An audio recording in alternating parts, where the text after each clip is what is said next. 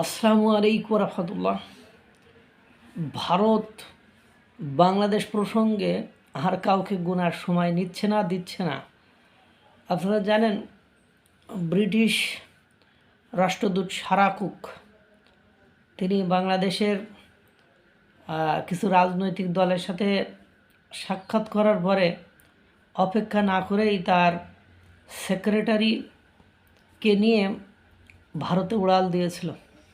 সেখানে চিন্তাভাবনা করছিল যে একটা নির্দিষ্ট দলের পক্ষে সাফাই গাইব। এটা মার্কিন যুক্তরাষ্ট্র যে দলের সাথে সুসম্পর্ক করতে যাচ্ছে সেই দলের পক্ষেই সাফাই গাইবে, সেই উদ্দেশ্যেই গিয়েছিল। কিন্তু ভারত ওদেরকে তো হজম করতেই পারে না, সহ্য করতেই পারে না। সেটা আপনারা খুব ভালো মতোই জানেন।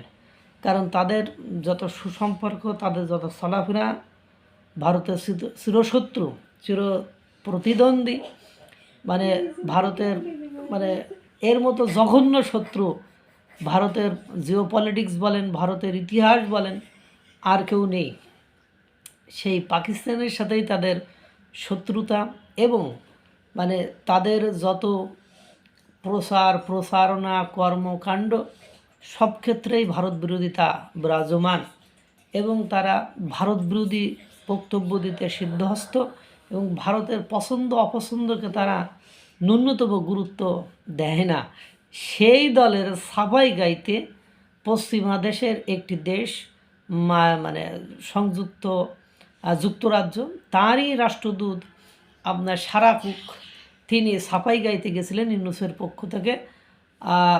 ভারত তাকে পাত্তা না দিয়ে, অর্থাৎ কোনো রাজনৈতিক বড় নেতার সাথে কথা হয়নি, হয়তো কিছু ডিপ্লোম্যাটদের সাথে কথা হয়েছে, তাকে সেখান থেকে খালি হাতে ফেরত আসতে হয়েছে। অর্থাৎ ইতিমধ্যে আপনারা জানেন একটি বক্তব্য পুরো বাংলাদেশে ছড়িয়ে পড়েছে। সেটা হলো যে ওয়াশিংটনের পোস্টের যে জামাতে ইসলামের সাথে মার্কিন যুক্তরাষ্ট্র সুসম্পর্ক করতেছে। এটা তো এমনি ভাগা আওয়াজ, কেননা ইতিমধ্যে তাদের সাথে সুসম্পর্ক আছেই।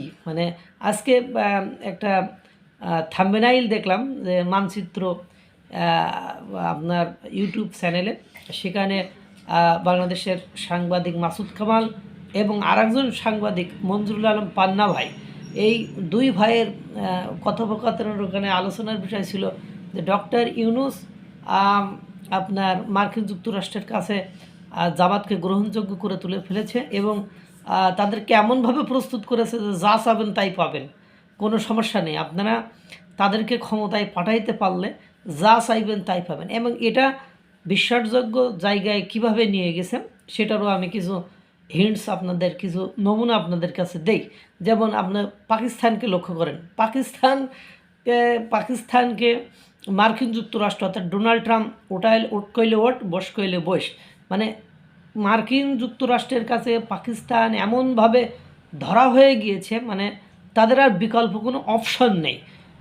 মার্কিন যুক্তরাষ্ট্র যদি বলে বস বয়, ওট ওট, যদি বলে ওখানে যা যুদ্ধ করতে, যেমন ইসরায়েলের সৈন্য পাঠাতে তারা বাধ্য হয়ে যাচ্ছে। সেম বাংলাদেশের ক্ষেত্রেও আপনারা জানেন যে বাংলাদেশের জাতীয় নিরাপত্তা উপদেষ্টা ডক্টর খলিলুর রহমান, উনিও কিন্তু মার্কিন যুক্তরাষ্ট্রে যে সৈন্য পাঠানোর বিষয়ে আলোচনা করে এসেছে। সুতরাং বুঝতেই পারছেন এই বাংলাদেশকে কোন জায়গায় নিয়ে যাওয়া হচ্ছে এবং ভারত এই বিষয়টি কোনোভাবে বরদাস্ত করছে না, কোনোভাবে হজম করছে না এবং ভারত বাংলাদেশকে নিয়ে একটা অন্যরকম ভাবার দিকে চলে যাচ্ছে। এবং জানেন, ভারতে থাকা আওয়ামী লীগের নেতাকর্মীদেরকে ইতিমধ্যে তারা হয়তো প্রকাশ্যে মিডিয়া, গণমাধ্যমের সামনে আসা শুরু করেছে এবং সাক্ষাৎকার দিচ্ছে।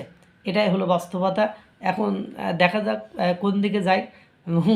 জামাতকে নিয়ে ভারতের কোনো নমনীয়তা নেই এবং ব্রিটিশ সারা কুক যে গিয়েছিল তাকেও পাত্তা দেয়নি। কারণ আমি আপনাদেরকে সেটা জানালাম যে কেন, কারণ এদের সাথে ভারতের আন্ডারস্ট্যান্ডিং, গুডউইল কোনোভাবেই ক্রিয়েট করা সম্ভব নয়, যতই পশ্চিমারা তাদেরকে সমর্থন দিক না কেন।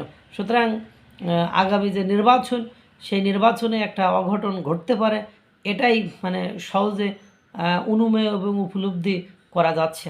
আল্লাহ তাআলা সকলকে ভালো রাখুক, সুস্থ রাখুক। আসসালামু আলাইকুম ওয়া রাহমাতুল্লাহ।